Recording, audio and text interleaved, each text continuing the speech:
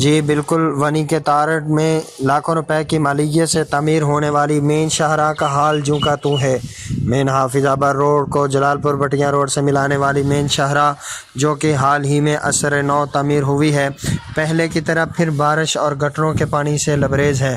حافظ آباد روڈ کو جلال پور بٹیا روڈ سے ملانے والی سبز منڈی روڈ، جس پر ٹف ٹائل منصوبہ حال ہی میں لگایا گیا ہے، پھر سے پانی سے بھرنے لگی ہے۔ اوپر سے سونے پر سہاگا یہ ہے کہ مین شاہراہ پر سیوریج کے لیے بنائے گئے گٹروں پر ڈھکن تک موجود نہیں ہے، جو کہ کسی بھی ناخوشگوار واقعے کا سبب بن سکتی ہے۔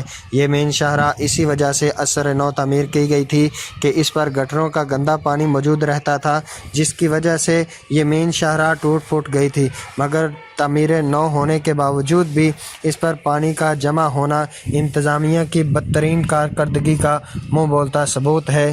سیف اللہ خالد، آپ تک نیوز، ونی کے تارڑ، حافظ آباد۔